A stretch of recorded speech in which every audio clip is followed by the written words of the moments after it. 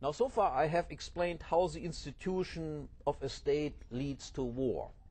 Why, seemingly paradoxical, internally liberal states tend to be imperialist powers, and how the spirit of democracy has contributed to the decivilization in the conduct of war. More specifically, I have explained the rise of the United States to the rank of the world's foremost imperial power, and as a consequence of its transformation, the transformation of the United States from the beginnings as an aristocratic republic into a mass democracy, the role of the United States as an increasingly arrogant warmonger. Now, what appears to be standing in the way of peace and civilization then is above all the state and democracy, and specifically, of course, the world's model democracy, the United States. But ironically, if not surprisingly, it is precisely the United States which claims that it is the solution to the quest for peace. The reason for this claim is the so-called doctrine of democratic peace, which goes back to the days of Woodrow Wilson and World War I and has been revived in recent years by George Bush and his neoconservative advisors. Now, this theory of democratic peace claims the following. First, democracies do not go to war against each other. Second, hence, in order to create lasting peace, the entire world must be made democratic. And as a largely unstated corollary, 3, today many states are not democratic and resist internal democratic reform. And 4, hence, war must be waged on those states in order to convert them to democracy and thus create lasting peace. Now, I do not have the patience for a full critique of this theory, but I shall provide a brief critique, at least of the theory's premise and of its final conclusion. First thing, do democracies not go to war against each other? Now, since almost no democracies existed before the 20th century, the answer must obviously be found within the last 100 years or so. And in fact, the bulk of the evidence that is offered in favor of this thesis is that the countries of Western Europe have not gone to war against each other in the post-World War II era. Likewise, in the Pacific region, Japan and South Korea have not warred against each other. Now, does this evidence prove the case? Now, the democratic peace theorists obviously think so. As they see it, there are plenty of cases on which they can build their case. Germany did not war against France, Italy and England. France did not war against Spain, Italy and Belgium. And moreover, there are permutations involved also. Germany did not attack France and France did not attack Germany. Thus, we have seemingly dozens of confirmations and not a single counterexample for more than 60 years. But do we really have that? And the answer is, of course, no.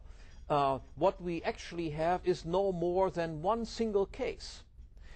With the end of World War II, all of Western Europe and Japan and Korea in the Pacific region became part of the United States empire, as is indicated by the presence of United States troops practically everywhere in these countries. Now, what the post-World War II period of peace then proves is not that democracies do not go to war against each other, but that an imperialist power such as the United States did not let its various colonial parts go to war against each other. You also did not see, by the way, any wars breaking out between all those countries that were dominated by the Soviet Union as long as the Soviet Empire existed, from which we also do not draw the conclusion that communist dictatorships under Russian control do not go to war against each other. So because of that, we have to introduce something like this.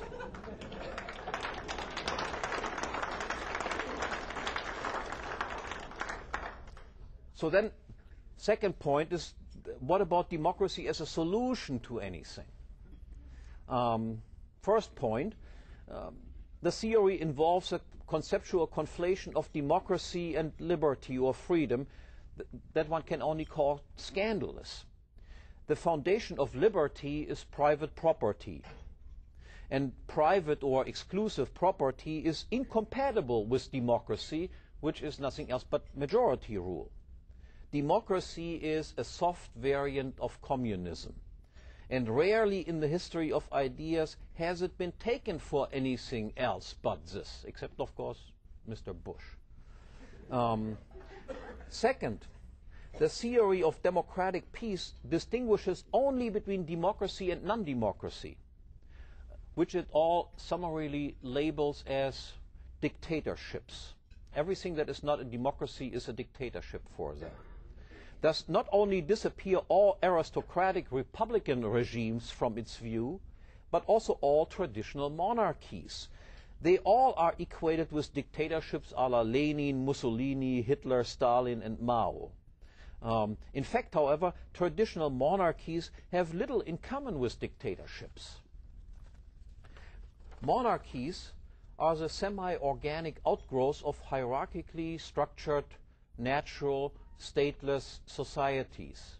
Kings are the heads of extended families, tribes, and nations.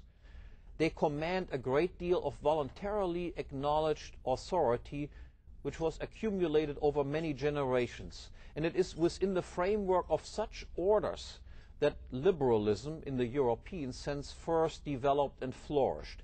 And in contrast, democracies are egalitarian in outlook. Characteristically, the transition from the monarchical age to the democratic age, beginning in the second half of the 19th century, has seen the steady decline of liberal parties, again in the European sense of the term liberal, and a corresponding strengthening of socialists of all stripes. Democracy and socialism go hand in hand. Third, it follows from this that the view democratic peace theorists have of conflagrations such as World War I must be considered to be grotesque. For them, World War I was essentially a war of democracy against dictatorship, and hence it was progressive, peace-enhancing, and ultimately a justified war.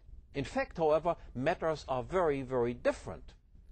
To be sure, pre-war Germany, pre-World War I Germany and Austria may not have been as democratic as England or the United States. But Germany and Austria were not dictatorships, but increasingly emasculated monarchies, and as such arguably as liberal, if not more so, than their counterparts, the United States and England. For instance, in the United States, anti-war proponents were jailed. The German language was essentially outlawed, and citizens of German descent were harassed. Nothing comparable occurred in Austria and Germany at that time. In any case, however, the result of the crusade to make the world safe for democracy was less liberal than what had existed before, and the Versailles Peace Dictate precipitated, as we all know, World War II. Not only did state power grow faster after World War I, after the democratization taking place, than before, in particular, the treatment of minorities deteriorated in the democratized post-World War I period. In the newly founded Czechoslovakia, for instance, the Germans were systematically mistreated until they were finally expelled by the millions and butchered by the tens of thousands after World War II by the majority Czechs. And nothing remotely comparable had happened to the Czechs during the Habsburg reign, for instance. And the situation regarding the relations between Germans and South Slavs in pre-war Austria versus post-war Yugoslavia was quite similar. Democracy then, and this is something that Mises recognized in his 1919 book on nation, economy, and state, democracy does not work in multi-ethnic societies. It does not create peace there, but promotes conflict and has potentially genocidal tendencies. Fourth point, the democratic peace theorists claim that democracy is a stable equilibrium. This has been stated most clearly by Francis Fukuyama, who labeled the new democratic world order as the end of history. However, evidence exists that this claim is patently wrong on purely theoretical grounds. Now, how can democracy be at equilibrium if it is possible that democracy can be transformed democratically into a dictatorship? That is, a system which is considered to be not stable. The answer is that makes, of course, no sense whatsoever. In addition, empirically, democracies are anything but stable. As indicated before, in multicultural societies, democracy regularly leads to the oppression or even expulsion and extermination of minorities. That seems to be hardly a peaceful equilibrium. And in homogeneous societies, democracy regularly leads to class warfare, which leads to economic crises, which leads to dictatorship. Think, for example, of post-Tsarist Russia, or think of post-World War I Italy, or of Weimar Germany, or of Spain or Portugal in more recent times, Greece, Turkey, Guatemala, Argentina, Chile, and Pakistan. Not only is this correlation between democracy and dictatorship troublesome for democratic peace theorists, worse, they must face the fact that the dictatorships emerging from crises of democracy are not always worse from a libertarian point of view than what would have resulted otherwise. Cases can be cited where dictatorships were preferable. Think of Italy and Mussolini. Definitely preferable for having a democratically established communist Italy, or Spain and Franco. In addition, how is one to square the advocacy of democracy with the fact that dictators, quite unlike kings, who owe their rank to an accident of birth, are often favorites of the masses, and in this sense highly democratic? Just think of Lenin and Stalin, who were certainly more democratic than Tsar Nicholas II, or think of Hitler, who was definitely more democratic than Kaiser Wilhelm or Franz Joseph.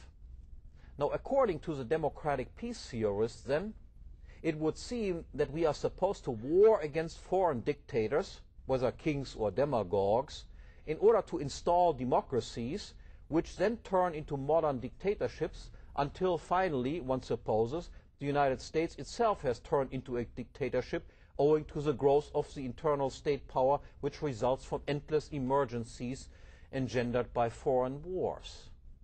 Now, better, I dare say, to heed the advice of Erich von Kühnelt-Ledin, and instead of aiming to make the world safe for democracy, we try making it safe from democracy everywhere, but most importantly, of course, in the United States. Now, after this excursion into the theory of democratic peace, I'm back to the proposition that there is no greater threat to lasting peace than the democratic state, and in particular the United States. And the question thus is how to defend oneself against the United States.